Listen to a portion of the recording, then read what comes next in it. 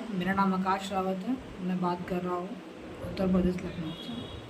आज हम और आप एक ऐसे विषय पर चर्चा करने जा रहे हैं, जैसे कि हम लोग आज इस वर्ष के विषय में चर्चा करेंगे। अर्थात 2025 के विषय में हम लोग चर्चा करेंगे। ये जो वर्ष रहा है वो बहुत ही दुखदाई रहा है लोगों के लिए, और इसने काफ़ी चीज़ें परिवर्तित की हैं। जैसा कि आपने और हमने सभी ने मिलकर देखा है कि इस वर्ष में काफ़ी चीज़ें ऐसी हुई जो अन्य वर्षों की तुलना में काफ़ी दुखद थी और बहुत ही हानिकारक भी थी। तो ये जो वर्ष है, इस वर्ष के विषय में बहुत पहले से ही काफ़ी प्रेडिक्शंस की जा चुकी थी कि ये जो वर्ष है वो आने वाले समय में थोड़ा प्रभावी वर्ष रहेगा, और इसमें हमें वो सब भी चीज़ें देखने को मिलेंगी जो अन्य वर्षों की तुलना में देखने में कम मिलती है। जैसा कि अभी तक आपने प्लेन हादसा देखा था, उस प्लेन में काफ़ी लोगों में से सिर्फ एक व्यक्ति बचा, और ऐसा घटनाएं जो होती हैं कई सदियों में एक दो बार हुई होती हैं, यानी कि एक वर्ष में कभी कदार ही होती हैं, और ये घटनाएं इतनी रेयर होती हैं कि ऐसे नहीं होती हैं। पर ये जो वर्ष रहा है वो लोगों के लिए काफ़ी गंभीर रहा है, और इस वर्ष लोगों ने काफ़ी कुछ खोया है अपने जीवन से। कुछ लोगों ने काफ़ी चीज़ें सफ़र की हैं इस वर्ष में। लेकिन इस वर्ष जो है ये कई शताब्दियों में एक या दो ही बार आते हैं, और ऐसे वर्ष जो होते हैं जो लोगों के लिए काफ़ी हानिकारक होते हैं।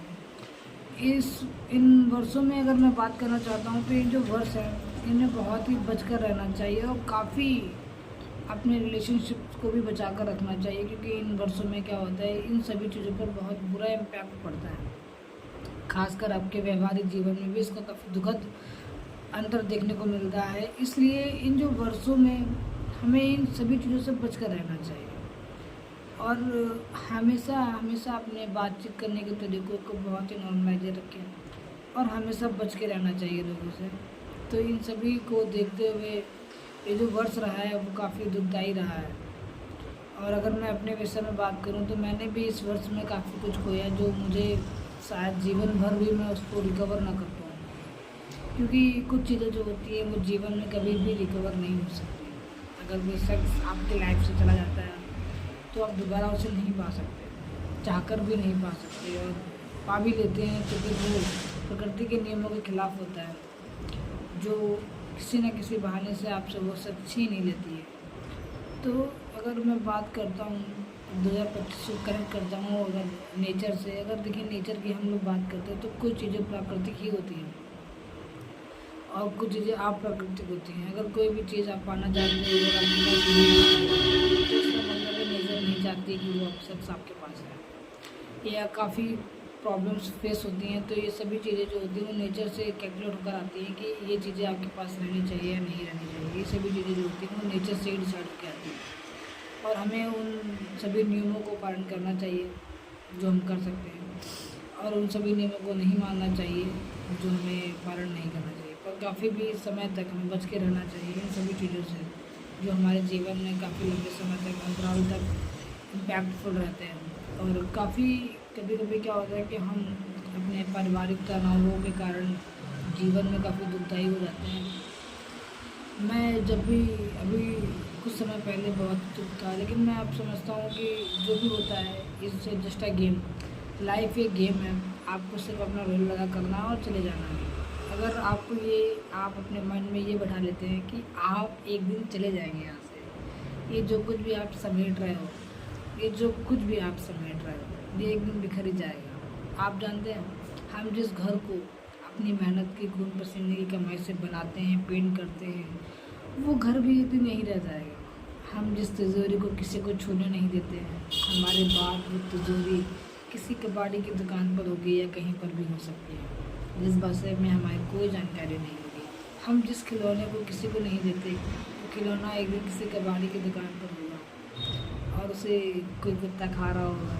तो ये सभी चीज़ें परिवर्तनशील हैं। मैं पहले अपने कपड़े किसी को देता नहीं था, वैसे मैं आज भी नहीं देता हूँ, पर पहले मैं अपने खाने को किसी के साथ शेयर नहीं करता। जैसे कोई भी चीज़ें मुझे पसंद है वो मैं किसी को देता नहीं था खाने को, खुद कर लेता। लेकिन अब ऐसा नहीं है, मैं बदल गया हूँ। मैंने अपने जीवन में काफ़ी परिवर्तन किए हैं पिछले कुछ समय में, जिन चीज़ों को मैंने इम्पैक्टफुल माना है उन चीज़ों को परिवर्तित करता रहा हूँ। और मैं मानता हूँ कि जीवन को अच्छे से खुल कर जीना चाहिए। कोई भी चीज़ एक प्लान के अकॉर्डिंग नहीं करनी चाहिए और ऐसे ही करते रहना चाहिए। जनरली कि कभी कभी क्या होता है, कुछ प्लान हमारे जब फेल हो जाते हैं तो बाकी के जो फर्दर प्लान होता है वो भी फेल ही हो जाते हैं हाल फिलहाल। तो हमें बड़ा दुख झेलना पड़ता है और हम उन दुखों में कभी कभी टूट जाते हैं और डूब जाते हैं। पर ऐसा नहीं करना चाहिए। हमें हमेशा अपने प्लान्स को हमेशा एक्टिव मोड पर रखना चाहिए। जस्ट लाइक मैं कह सकता हूँ प्लेन मोड पर, जो कभी भी चेंज हो सकते हैं। आपको उससे कोई दुख नहीं, दुख होगा भी तो किस चीज़ का होगा। जो स्किन आज ग्लोइंग है कल नॉन ग्लोइंग हो जाएगी। आज एक हाथ वर्क कर रहा है कल नहीं करेगा। तो सब कुछ भी ऐसा नहीं जो स्टेबल है। लोग भाग रहे हैं, दौड़ रहे हैं, एक संघर्ष कर रहे हैं। मैं आपको एक कहानी सुनाना चाहूँगा। एक व्यक्ति अपने जीवन में दौड़ता है, भागता है कुछ चीज़ों के पीछे, पैसे के पीछे, पद के पीछे, प्रतिष्ठा के पीछे, और वो सभी चीज़ें अपने लिए नहीं खोजता है, लोगों के लिए खोजता है। अगर किसी को नौकरी चाहिए तो उसे स्वयं के लिए नहीं चाहिए, समाज को दिखाने के लिए चाहिए कि मेरे पास नौकरी है। सब कुछ हम दिखाने के लिए ही लेते हैं, हम खुश नहीं रहते हैं। हम किसी से नहीं कहते कि हम खुश हैं, हम किसी से ये भी नहीं कहते कि हम बहुत दुखी हैं। और दुखी कह भी देते हैं तो फिर अपने दुख का रीज़न नहीं बताते किसी को, क्योंकि ये पर्सनल चीज़ है। हमें हमेशा अपनी चीज़ें अपने द्वारा ही सॉल्व करनी चाहिए, किसी को बतानी नहीं चाहिए। हमेशा अपने प्लान किसी के साथ शेयर करें। और एक और बात मैं कहना चाहूँगा, अगर कोई चीज़ आप खोना नहीं चाहते तो किसी से शेयर मत करिए उसे, क्योंकि जब आप शेयर करते हैं तो जो आपका माइंड है वो डाइवर्ट होता है और चीज़ें बिखरना शुरू होती है। मैंने अपनी लाइफ में बहुत कुछ खोया है। अभी मेरी उम्र ज़्यादा नहीं है, पर हाँ मैंने अपनी उम्र से काफ़ी कुछ सीखा। मैं बहुत सीखने में बहुत विश्वास रखता हूँ कि जो सीखना है वो बहुत ज़रूरी है। आप जब भी सीखते हैं अपनी लाइफ में तो उनको अप्लाई करना बहुत आवश्यक है। अगर आप सीखते ही जाते हैं और अप्लाई नहीं करते हैं अपनी लाइफ में तो काफ़ी इम्पैक्टफुल चेंजेस डिफरेंस आपको शो होता है।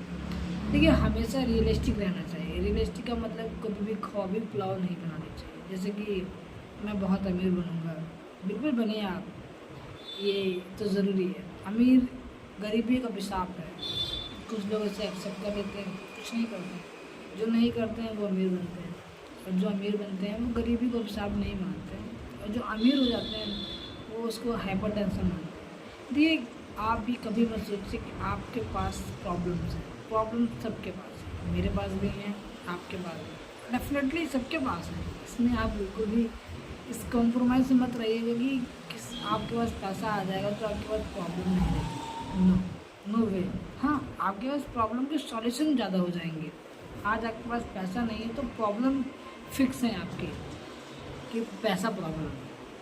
अभी आपकी कोई और प्रॉब्लम नहीं है, पैसे के सिवा और कोई प्रॉब्लम नहीं, क्योंकि जब आपके पैसा ही नहीं होगा तो वैल्यू नो, कोई भी चीज़ आपकी जीरो हो जाएगी, नेगलेक्ट नील मानी जाएगी, ना आपकी वैल्यूशन होगी ना आपकी इज्जत होगी, और यहाँ तक कि आपकी बात भी लोग एक्सेप्ट नहीं करेंगे। जब आपके पास पैसा होगा तो आपकी वैल्यू होगी, यानी कि आप अपनी वैल्यू को अपने पैसे के द्वारा एक्सप्रेस कर सकते हैं। That's a different. सो इन सभी चीज़ों को चलते हुए चलिए नमस्कार, हम मिलते हैं आपसे नेक्स्ट वीडियो में। मेरा नाम आकाश रावत, नमस्कार।